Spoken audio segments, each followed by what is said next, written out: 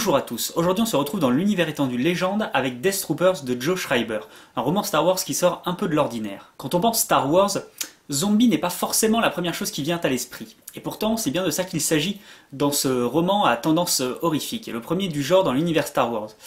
Si on accepte la série Galaxie de la Peur, un genre de chair de poule à la sauce Star Wars. Tout commence à bord du Purge, un vaisseau prison qui fait la tournée de quelques planètes de l'Empire, afin de récolter sans discrimination psychopathes, criminels de droit commun et sympathisants rebelles, avant de les acheminer vers une planète pénitentiaire. À bord, on découvre la vie de quelques prisonniers, notamment celle de deux ados, enfants d'un petit escroc sans envergure mort quelques jours plus tôt. Nous avons aussi la médecin de bord, fille de riches notables impériaux, qui espérait faire la différence en s'engageant, et qui découvre petit à petit la puissance destructrice de l'Empire. Et puis le capitaine des gardes, un homme violent qui ne vaut pas mieux que la plupart des criminels qui l'embarquent. Tout ce petit monde suit sa vie, pris chacun dans des intrigues assez classiques, amenés à se recouper, jusqu'à l'événement qui va tout changer. Le vaisseau prison va tomber en rade en plein milieu de l'espace suite à une panne de moteur. Mais par un hasard malheureux pour beaucoup et finalement heureux pour certains, la panne arrive à proximité d'un Star Destroyer. Le vaisseau semble complètement vide, sans aucun signe de vie à bord. Mais peu importe, il devrait contenir suffisamment de pièces de rechange pour permettre de réparer les moteurs du Purge. Une expédition est donc lancée dans les coursives désertes du vaisseau militaire.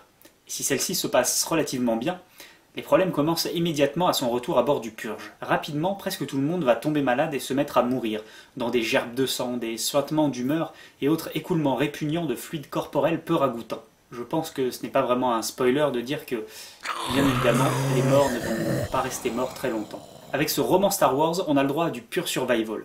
Et si côté personnage et intrigue c'est assez maigre et stéréotypé, le style et l'ambiance sont plutôt réussis. Le cadre pris pour cette invasion de morts-vivants est plutôt intéressant. Entre le vaisseau prison et le Star Destroyer, on a deux environnements clos qui limitent les possibilités de nos protagonistes et qui offrent une ambiance oppressante du plus bel effet. En plus de ça, on a le droit à des scènes gore et horrifiques plutôt plaisantes. Sang, mort, décomposition avancée, même si il faut avouer que ça aurait quand même pu aller plus loin de ce côté-là. Un peu plus de tripaille répandue n'aurait vraiment pas fait de mal. J'aurais jamais pensé de dire un truc comme ça en fait. Si le livre se lit avec plaisir, il souffre malheureusement de deux défauts majeurs qui entachent ce qui aurait pu être un très honnête divertissement horrifique. Tout d'abord, il y a trop de bons sentiments chez nos héros. La médecin au grand cœur, les deux adolescents innocents qui se retrouvent là alors qu'ils ne devraient pas. Bref, ça manque de belles crevures comme on peut en voir dans Walking Dead par exemple. Du coup, ça tue un peu toute la potentielle tension qu'on pourrait trouver au cœur du groupe de survivants. D'autant plus que le seul personnage un peu pourri finit par se trouver une conscience. Et tout ça est exacerbé par un autre problème, mais pour vous en parler, je vais devoir vous spoiler un peu. Du coup, si vous voulez éviter d'être spoilé, je vous invite à cliquer quelque part par ici où j'aurai mis le lien pour vous retrouver après la zone spoiler. C'est bon? Vous êtes prêts?